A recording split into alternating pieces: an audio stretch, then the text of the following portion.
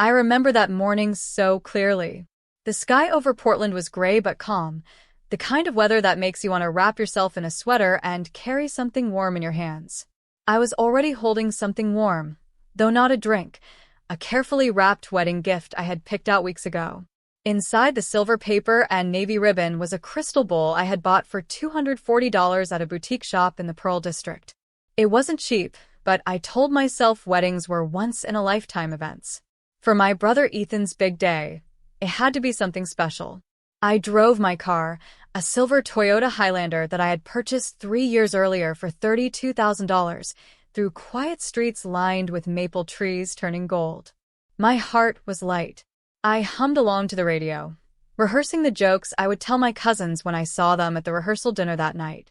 I had booked time off from my job, 2 days unpaid leave from my consulting firm downtown, and bought a soft gray dress to wear tomorrow, the day I thought the wedding would take place.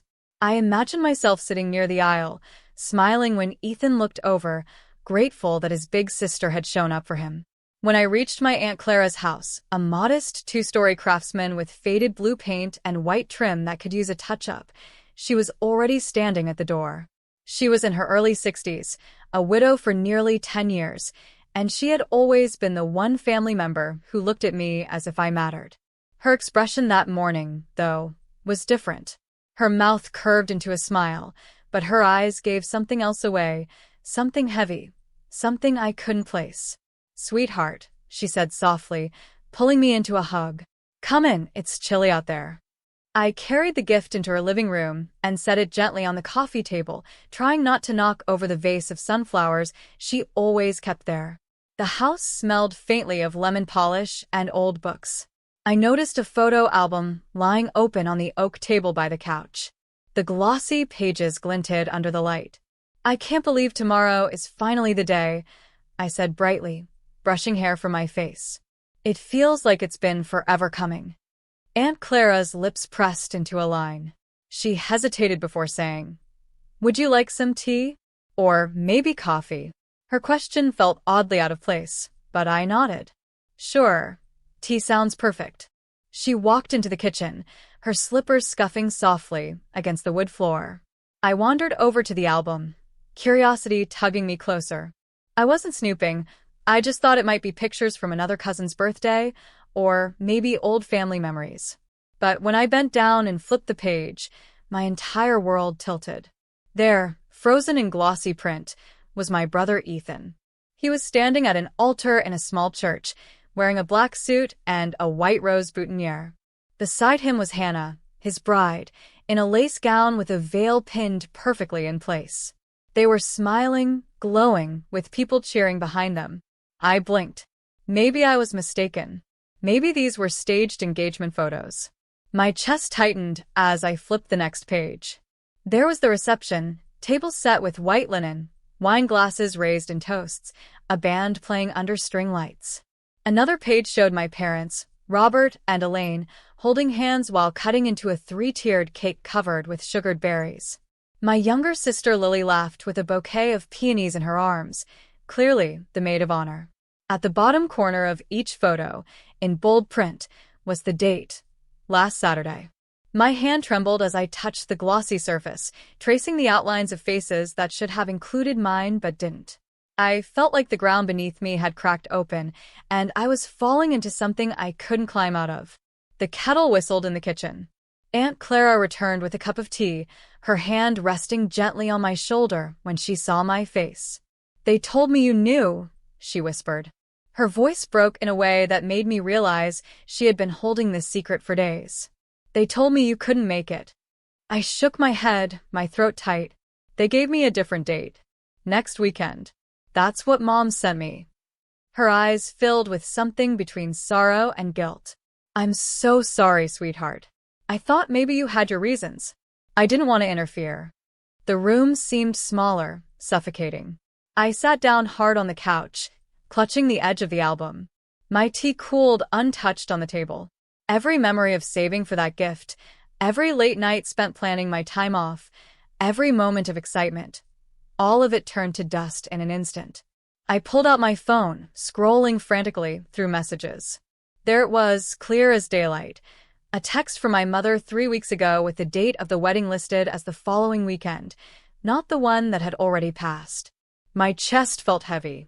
My head buzzed with disbelief. They hadn't simply forgotten to tell me, they had deliberately excluded me. I thought about the sacrifices I had made for them. The 11 months I covered my parents' mortgage at $2,500 each, the $48,000 I paid for Lily's last semester at college, and the $36,400 I spent remodeling the accessory unit behind my parents' house, so Ethan could live there comfortably. Every check I had written, every favor I had done, flashed before me. Yet when it came to their most important day, they chose to lock me out with a lie. I didn't cry right then. I just sat still, the silence pressing down on me like a weight I couldn't lift. My aunt sat beside me, her hand on mine. She didn't say anything, and for that, I was grateful. Words would have only made it worse. When I finally drove back to my own home, the familiar blue 3-bedroom I had bought for $640,000 after years of saving, it felt different. Normally, the porch light glowing on the steps comforted me, a reminder of the life I had built on my own terms. But that night, as I carried the untouched gift inside and set it on my dining table, the house felt too quiet. I sank into a chair, staring at the wrapped box as if it might give me answers. The clock ticked past midnight. Outside, the world kept moving, but inside, something in me had shifted forever. I had always known my family favored appearances over truth, but it was rejection carved in stone. And in that silence, I made myself a promise. I would never again beg for a seat at their table. The morning light felt harsher than usual, breaking through my bedroom blinds and forcing me awake before I was ready. I lay there for a long time, staring at the ceiling, replaying the images from Aunt Clara's album over and over again. Ethan is smiling at the altar. My parents were holding cake knives together as though it were their triumph. Lily's hand wrapped tightly around a bouquet, grinning like the entire day belonged to her. Each face was clear, radiant, unbothered by my absence. When I finally rose, my chest felt heavy but determined. I couldn't just carry this wound silently. I needed answers, needed to hear from their mouths why I had been deliberately left out. So I dressed, tied my hair back, and drove across the river to the suburbs where my parents lived in their colonial-style 2-story house. A house, ironically, I had once saved for them. The neighborhood looked quiet, neat lawns with morning sprinklers ticking in rhythm. I parked in their driveway and shut off the engine, gripping the steering wheel for a moment before stepping out. The house was pale yellow with black shutters, a place filled with memories of childhood birthdays and Christmas mornings. But as I stood before it, all I could see were the checks I had written to keep it afloat, 11 months of mortgage payments at $2,500 each, money I'd provided without hesitation, believing it was for family, for stability, for us. I knocked. The door opened, and my mother, Elaine, stood there. Her eyes flickered with recognition, but her expression hardened almost immediately, as if she had been bracing herself for this confrontation. "You," I said, my voice trembling but clear. "Why did you send me the wrong date?" Her mouth tightened. "We needed a small ceremony," she replied coolly. "We wanted peace." "Peace," I repeated, nearly choking on the word. "What peace is there in lying to your own daughter?" My father, Robert, appeared behind her, his silver hair catching the light from the hallway. He folded his arms.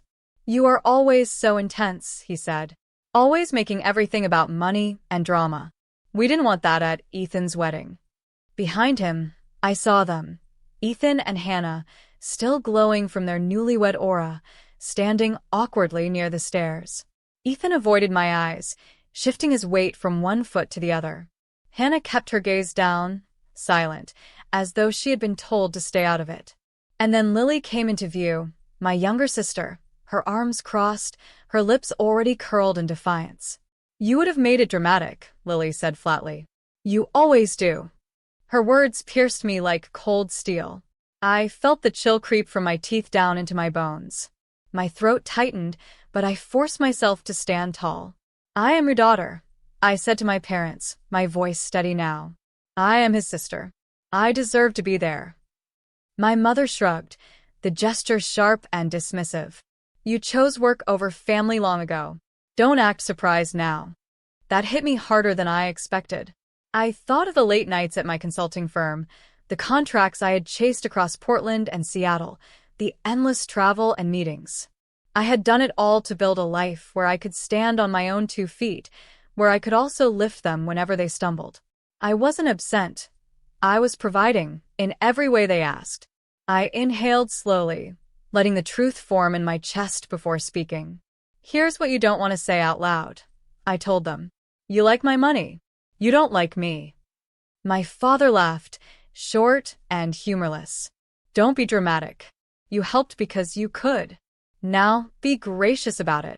I straightened my shoulders. No. I helped because I cared. And you excluded me because you didn't. The silence that followed was suffocating. Ethan shifted uncomfortably, still unable to meet my eyes. My mother's jaw tightened, her lips thin with irritation. Lily rolled her eyes and muttered something under her breath that I couldn't catch. There was nothing more to say. I had come seeking honesty, but all I found was dismissal. I turned on my heel and walked out the front door, my footsteps sharp against the stone path. I didn't look back. When I reached my car, I sat in the driver's seat, my hands trembling against the steering wheel. My breath came fast, uneven. Rage and heartbreak swirled inside me until I didn't know which one would win. I wanted to scream, to cry, to demand that the world make sense. But instead, I pulled out my phone and dialed the only person I knew would answer with love. Aunt Clara, I whispered when she picked up. My voice cracked. I can't do this. Come over, she said immediately. Don't stay there. Just come to me. I drove back across town, the streets blurring around me. At her house, she welcomed me in without a word, guiding me to the kitchen table where the smell of fresh coffee lingered. She poured me a cup and set it in front of me, her hand brushing mine in quiet reassurance. I saw the light go out in you yesterday, she said softly. Don't chase people who blow it out. The tears finally came then, spilling down my cheeks as I told her everything, the album, the confrontation, the cruel words from my parents, the cold dismissal from Lily, the way Ethan couldn't even look at me. I confessed how foolish I felt, how betrayed, how hollow inside. Clara reached across the table and held my hand firmly. Her touch steadied me, grounding me in a way I hadn't felt in years. You have always stood on your own 2 feet, she said gently. You've carried them more than they ever carried you. It's time you remembered your rights, your worth, and stopped letting them decide what role you play in their lives. I stared into my coffee, the dark liquid rippling from the tremor in my hands. Somewhere deep inside me, I knew she was right. I had power I had never claimed, boundaries I had never enforced. For years, I had mistaken sacrifice for love, believing that if I just gave enough money, time, and forgiveness, they would finally see me. But they never did, and maybe they never would. I lifted my eyes and met Clara's steady gaze. For the first time in days, I felt something shift, not the heaviness of betrayal, but the weight of resolve. My family had drawn their line. Now it was time for me to draw mine. When I got back to my own house that evening, the one place that still felt like it belonged to me, I went straight to the office. It was a small room with a mahogany desk I had bought secondhand for $650, but it held the most important thing I owned, my fireproof filing cabinet. That drawer wasn't just filled with papers. It held the record of every sacrifice I had made. Every dollar that proved my family's survival had often been pinned to my shoulders. I pulled the drawer open, the metal scraping softly, and stared at the organized folders inside. My hands shook as I took out the thick envelope labeled Wickham Family Loan Agreement. 3 years earlier, when my parents were on the brink of losing their house, I had stepped in. 11 months of mortgage payments, $2,500 each, transferred through my business account. I hadn't just written checks out of goodwill. I had documented every cent, recorded it as a secured loan through my LLC, and filed a trust deed against their property. My attorney, Megan Price, had made sure of it. Megan wasn't flashy. She had a quiet office in downtown Portland and wore her hair in a neat bun every time I saw her. At $375 an hour, she wasn't cheap, but she was worth every penny. She had been the one to convince me to stop treating my help as favors and instead treat them as contracts. At the time, I hadn't thought I would ever need to enforce those contracts, but tonight, as I sat there staring at the loan balance, I knew it was time. The balance stood at $29,500 plus interest. My parents had agreed to pay $850 each month to the LLC until the debt was gone. But they had stopped 3 months ago. Megan had sent polite reminders, but they ignored them. I had let it slide, telling myself family was more important than paperwork. Now, after being lied to and excluded from my brother's wedding, the papers in my drawer felt like armor. I turned to another folder marked Accessory Unit Remodel. 3 years ago, Ethan had begged for a place to stay while getting on his feet.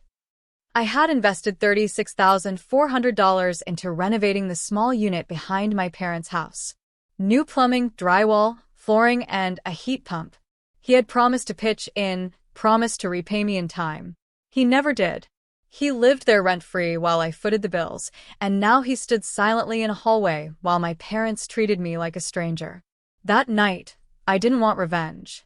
I wanted clarity, boundaries, and for the first time in my life, I was ready to demand them. I called Megan the next morning. My voice was steady as I explained what had happened and what I wanted. She didn't sound surprised. "I'll prepare the notices," she said simply. "A notice of default and a cure demand for your parents. 30 days to pay. And a notice to quit for your brother. If they comply, good. If not, we move forward. Are you ready for that?" "Yes," I said, though part of me trembled at the word. 2 days later, I drove with a process server to my parents' house. I didn't knock this time. I stood by the sidewalk while the man in a gray suit handed them the envelopes. My mother's face went pale first, then flushed with fury. She tore the first envelope open, scanning the legal language, her hands trembling. "You would put your own parents on the street?" she spat, her voice high and shrill.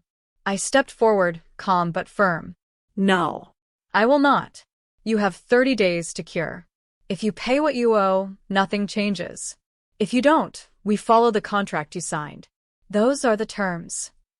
My father's face twisted with anger. "This is blackmail," he growled. "This is a boundary," I corrected. "It's also a reminder that my support was not a blank check. You don't get to take my money and erase me." Ethan appeared in the doorway behind them, his jaw tight. "You're cruel," he said. "You've ruined my first week of marriage." The absurdity of his words hit me like ice. My mind flashed back to the photo album, to the smiles I had never been invited to share. I studied my breath and answered slowly. "I didn't ruin your wedding. I wasn't even invited to your wedding." His mouth opened as if to respond, but he said nothing. He just turned and walked back inside, leaving me standing on the porch with my parents' rage burning holes through me. That night, Ethan sent me a text. "You'll regret this. Families don't treat each other like this." I stared at it for a long time, then typed back, "Family doesn't lie and exclude either. This is business. You made it that way." He never replied. 30 days passed like a slow march. Not a single payment came in. Megan filed the next step, a foreclosure proceeding. My parents vacated before the sale date. I don't know where they went, and truthfully, I didn't ask. The accessory unit emptied after the eviction notice, Ethan and Hannah moving out without a word. The property was sold to a young couple, newlyweds, starting with hope in their eyes. They paid $612,000 for the home, a fair market value given the upgrades and location. After deducting legal costs and accounting for the loan balance and interest, the LLC recovered what it was owed. The remaining $570, small change compared to everything else, was wired back to my parents with a single line in the memo: "This closes our accounts." When I held the check stub in my hand, I felt something new. It wasn't triumph. It wasn't satisfactory. It was released. Years of being the family's safety net had finally ended. The weight I had carried, silently and dutifully, was no longer mine. I sat back in my office chair, the papers stacked neatly once again in the drawer. For the first time in my life, I realized that love without respect was just exploitation dressed in prettier words. And I was done playing the fool. The house I bought with my own hard work became my anchor. After everything that had unfolded, I realized I needed to make it brighter, lighter, and more fully mine.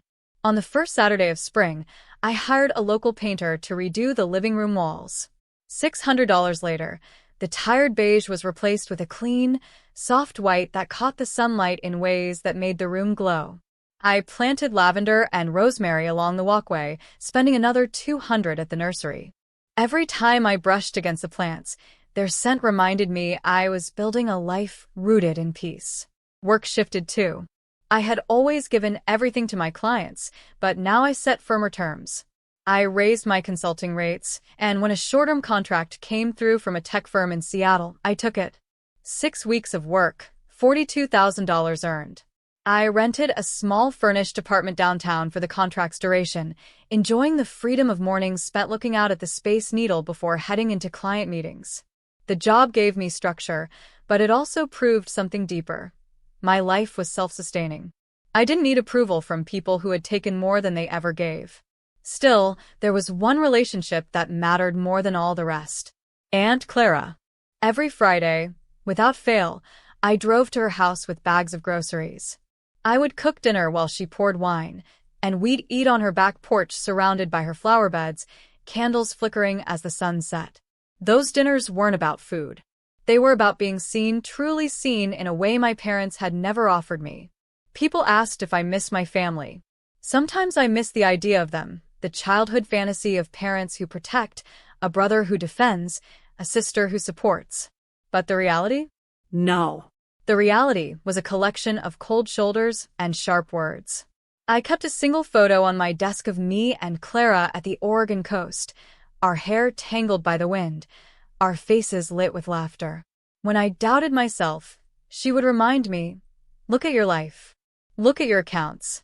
Look at your peace. And she was right. In April, I decided to do something just for us. I booked a long weekend in New York. The flights cost $800 total, the hotel another $900, but it felt worth every cent. Clara had never been. We saw a Broadway show, split a slice of cheesecake at Junior's that was far too big for either of us, and strolled through Central Park while street musicians played saxophones in the distance. For 3 days, we weren't women scarred by neglect or betrayal.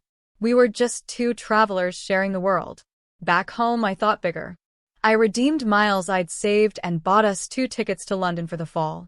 After points, the cash difference was about $1,200 for both. Clara had always dreamed of walking the Thames and collecting one of those silly souvenir spoons she loved. For once, I could give her the gift of adventure. She teared up when I told her. At the same time, I thought of those who didn't even have an Aunt Clara. I remembered the nights during community college when I scraped by with part-time wages, eating ramen, and worrying how I'd afford books. No one in my family had stepped in then. I had climbed on my own. So I started a small scholarship fund with an initial donation of $15,000. It was for students without family support, young adults who, like me, had learned early that sometimes the safety net wasn't there. Filling out the paperwork for the college, signing my name on the documents, it felt like closing a circle. I wasn't giving to people who would exploit me. I was giving to strangers who might someday find their footing because of one small act of faith. Then one quiet Sunday afternoon, a letter arrived. I recognized my mother's handwriting immediately, neat and sharp, like her tone had always been. The envelope carried no warmth. I opened it slowly, bracing myself. Inside, the words were predictable. Accusations that I had shamed them, that family was thicker than money, that I had chosen pride over blood. I read it once, set it down on the kitchen counter, and put the kettle on for tea. When I replied, I kept it to a single page. My words were calm, stripped of the pleading tone I had once used with them. Love is thicker than money. Respect is thicker than money. You wanted my money, not me. I choose peace. I folded the letter, mailed it, and never wondered whether they read it. That afternoon, I unwrapped the crystal bowl, the same gift I had once bought for Ethan's wedding.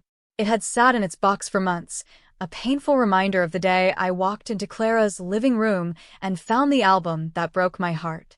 But now I have placed it at the center of my dining table. Sunlight from the window struck it at just the right angle, scattering patterns across the room. It looked beautiful, radiant even, but this time it wasn't for them. It was for me. I stood in the middle of my quiet house, lavender scent drifting through the open window, the glow of the crystal filling the room. For the first time in years, I wasn't waiting for an invitation to sit at someone else's table. I had my own table, my own piece, my own circle. Smaller, yes, but infinitely larger in love.